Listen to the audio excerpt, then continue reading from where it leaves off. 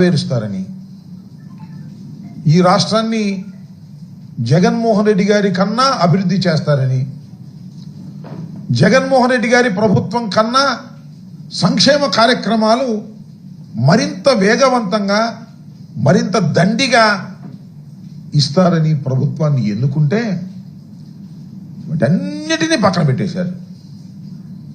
పక్కన పెట్టేసి వైఎస్ఆర్ కాంగ్రెస్ పార్టీని ఏ విధంగా అణిచివేయాలి, వైఎస్ఆర్ కాంగ్రెస్ పార్టీని ఏ విధంగా నాశనం చేయాలి అనేటువంటి ఏకైక దృక్పథంతోనే ఈ రాష్ట్ర ప్రభుత్వం పనిచేస్తున్నట్టుగా అర్థమవుతోంది. ఎందుకంటే ఒక లిక్కర్ కేసే కాదు, అనేకమైన కేసులు. ఈ రాష్ట్రంలో పోలీసు వ్యవస్థ దేనికోసం ఉపయోగపడుతుంది అంటే అనేక రకమైన కేసులు, అనవసరమైన కేసులు, సాక్ష్యాధారాలు లేకపోయినప్పటికీ కూడా కేసులు పెట్టి వైఎస్ఆర్ కాంగ్రెస్ పార్టీ నాయకుల్ని, సానుభూతి పరుల్ని ఇబ్బంది పెట్టాలి, బెదిరించాలి అనేటువంటి కార్యక్రమాన్ని చంద్రబాబు నాయుడు గారు వారి అబ్బాయి ప్లాన్ వేసుకుని కుట్రపూరితంగా నడుపుతున్నారు. నేను దానికి ప్రత్యేకంగా ఉదాహరణలు చెప్పవలసిన అవసరం లేదు. కొమ్మినేని శ్రీనివాస్ గారి మీద ఎస్సీ ఎస్టీ కేసు పెడతారు. జగన్మోహన్ రెడ్డి గారు టూర్కి వెళ్తే ఆయన కారు కింద సింగయ్య పడి మరణించాడని ఆయన మీద కేసు పెడతారు. ఆల్ ఫాల్స్ కేసెస్ అని చెప్పడానికి ఇవి కొద్దిగా చిన్న ఉదాహరణలు. ఇవాళ లిక్కర్ కేసు ఫిబ్రవరిలో సిట్ వేశారు.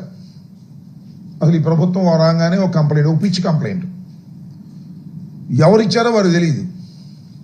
ఒక ఆకాశరమణ ఉత్తరంలాగా కంప్లైంట్ ఇవ్వటం, దాన్ని రిజిస్టర్ చేయటం, దాన్ని స్పెషల్ ఇన్వెస్టిగేషన్ టీమ్ అని ఒక దాన్ని వేయటం, దానికి డైరెక్షన్లు ఇవ్వటం, ఎవరెవరిని అరెస్ట్ చేయాలి ఏంటి కథ. చాలామంది అరెస్ట్ చేశారు ఇంతకు ముందు కూడా అనేక కేసుల్లో. సోషల్ మీడియా వర్కర్స్ని అరెస్ట్ చేశారు, మాజీ శాసనసభ్యుల్ని అరెస్ట్ చేశారు. అన్ని ఫాల్స్ కేసులే. మీరు పల్నాడులో చూసినట్లయితే 2 తెలుగుదేశం గ్రూపులు కొట్టుకొని 2 చనిపోతే దానిలో వైఎస్ఆర్ కాంగ్రెస్ పార్టీకి చెందినటువంటి మాజీ శాసనసభ్యుడు పిన్నెల రామకృష్ణారెడ్డిని వారి తమ్ముడిని పెడతారు. ఎక్కడ అవకాశం దొరికితే అక్కడ కేసులు పెట్టేసి అణిచివేయాలనేటువంటి ప్రయత్నం ముమ్మరంగా సాగుతున్నటువంటి విషయం అందరికీ అర్థమైపోయింది. ఒక్క సంవత్సరంలోనే very clear it.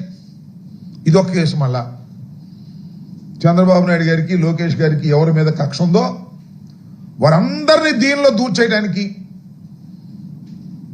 Liquor scam. అసలు స్కామే లేదు, లిక్కర్ స్కామ్ నాకు అర్థం కాల. దోపిడీకి వీలుగా నూతన మద్యం విధానాన్ని వైఎస్ఆర్ కాంగ్రెస్ పార్టీ తీసుకొచ్చింది అనేటువంటి మాట మాట్లాడుతున్నారు.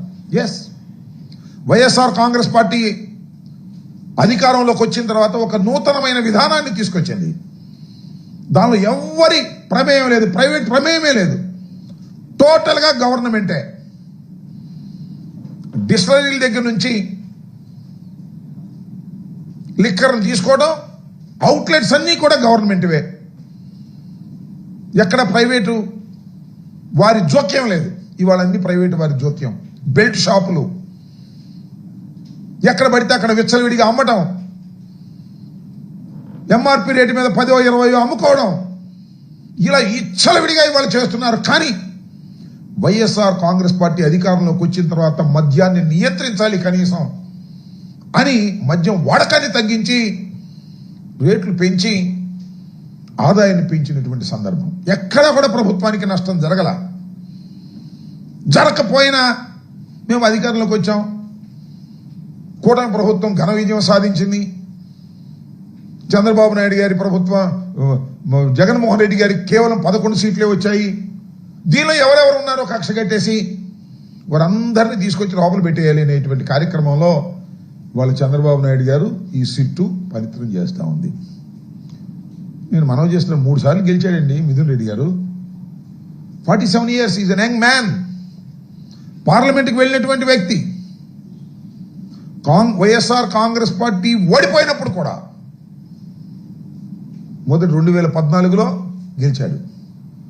మొన్న 4 సీట్లు వచ్చినప్పుడు కూడా పార్లమెంటుకి ఎన్నికైనటువంటి వ్యక్తి, రాజకీయ కుటుంబం నేపథ్యం ఉన్నటువంటి వ్యక్తి పెద్దిరెడ్డి రామచంద్రారెడ్డి గారు చంద్రబాబు నాయుడు గారితో సమకాలికుడు.